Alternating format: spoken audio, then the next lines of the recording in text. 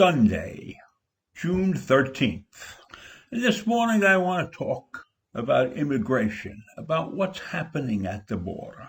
I want to give you some information so you understand the entire picture. Because I believe that there are many out there who have been misled about what is actually going on at the border.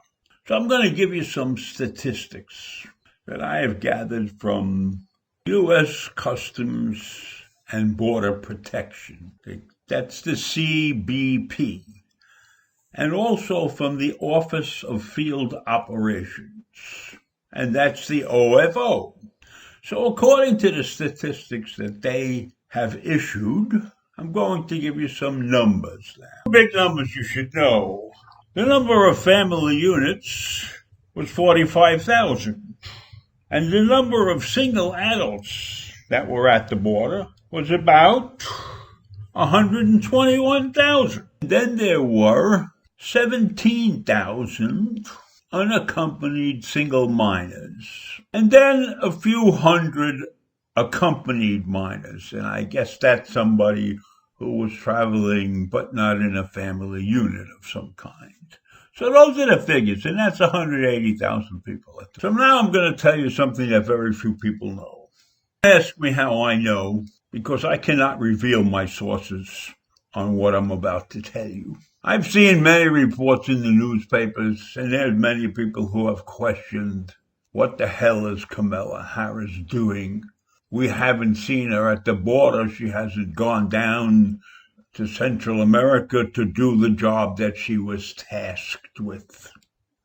Well, I'm telling you, those are all not true. Kamala Harris has been going down there incognito in the middle of the night to meet with many high-level officials in those countries to get this thing settled. She has met with many groups of immigrants to make sure that they are the appropriate people that they want to come to the United States. And you say, how can this happen? Well, we have a great clandestine operation in this country that we can call to use in many times, many times. So Kamala has gone down and interviewed various groups of people. And this whole thing that she has said, do not come. Well, when she has spoken like that, she has winked, the old wink of the eye. So this has been a very shrewd operation put together by Kamala Harris. And I'm not sure that Joe Biden knows the whole story anyhow. But you know that this country is coming apart. And so Kamala, and I'll give Joe some credit for this, and Joe have figured out a way to bring this country together. And the way to bring this country together is to bring in as many immigrants as you can possibly bring in. But it's just not every immigrant. These immigrants must be qualified in one very specific region. We're not asking for scientists, and we're not asking for professors, and we're not asking for any numerous talents that many of them have, technology, etc. There is one and only one criteria. And that is a guarantee that they will come to this country and become a Democrat, because we have to overload this country with more Democrats, you see. And that's the plan. And that's why Kamala has gone down there many evenings and met with people. And I have to tell you that the sorry state is that she did find a few Republicans in the batches. And those people were removed and sent back home. So that's the giant subterfuge that's going on at immigration. And that's why I'm telling you this story. And it has a longer impact. This is a long-range plan. This is not a plan that is going to go away in a couple of hours or a couple of days. This is a long-range plan.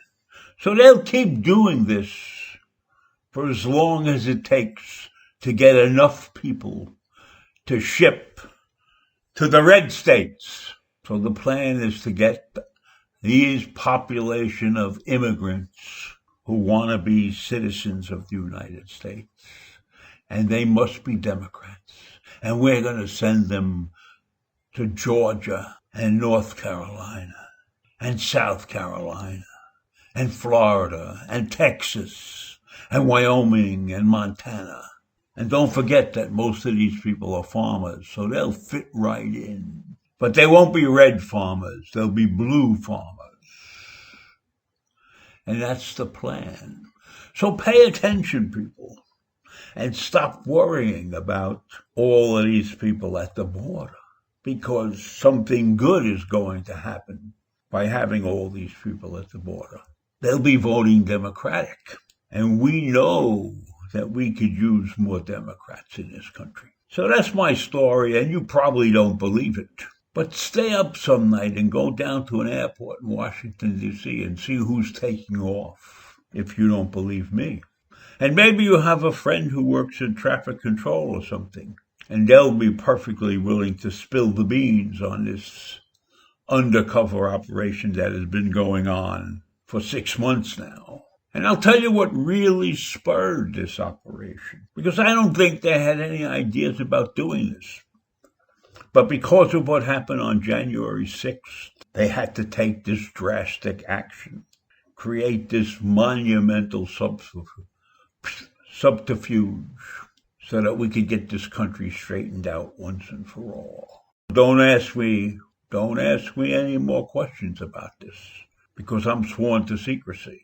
Well, I'm sure many of you out there are saying this guy's nuts. He doesn't know what he's talking about. But I say wait and see. Wait and see, and you will be shocked by the shape of this country in a couple of years. So what if you won't be able to communicate with these people in their language? As long as we can get them voter IDs, we'll be happy. So I leave you with that, and I hope you have a great day. And I'll see you in the morning. Bye.